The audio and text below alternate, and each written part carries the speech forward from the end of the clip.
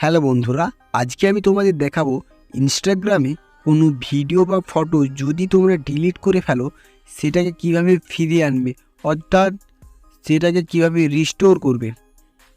তো উদাহরণস্বরূপ আমি এখানে আমার আইডি থেকে একটা ভিডিও সিলেক্ট করে নিচ্ছি, ওটাকে আমি ডিলিট করে দেখাচ্ছি।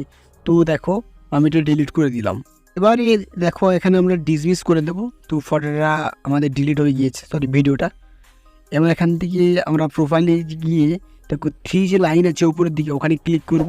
তারপর দেখো এখানে মিডিলের দিকে লেখা আছে ইউর অ্যাক্টিভিটি, ওখানে ক্লিক করবে। তারপর দেখো এখানে দেখতে হবে রিসেন্টলি ডিলিটেড বলে একটি অপশান আছে মিডিলে, ওখানে ক্লিক করবে। দেখো আমি যে ভিডিওটি ডিলিট করেছিলাম সেই ভিডিওটি এখানে শো করছে। তো এখানে 3 ডটে আবার ক্লিক করব আর এখানে রিস্টোরে ক্লিক করে দেব।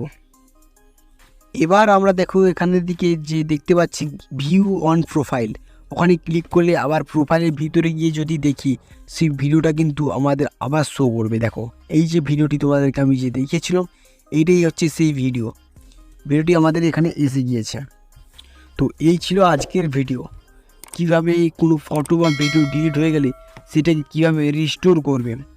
তো ভিডিওটি ভালো হলে প্লিজ একটি লাইক কমেন্ট শেয়ার করবে, আর চ্যানেলে নতুন আসলে প্লিজ চ্যানেলটিকে সাবস্ক্রাইব করে দেবে।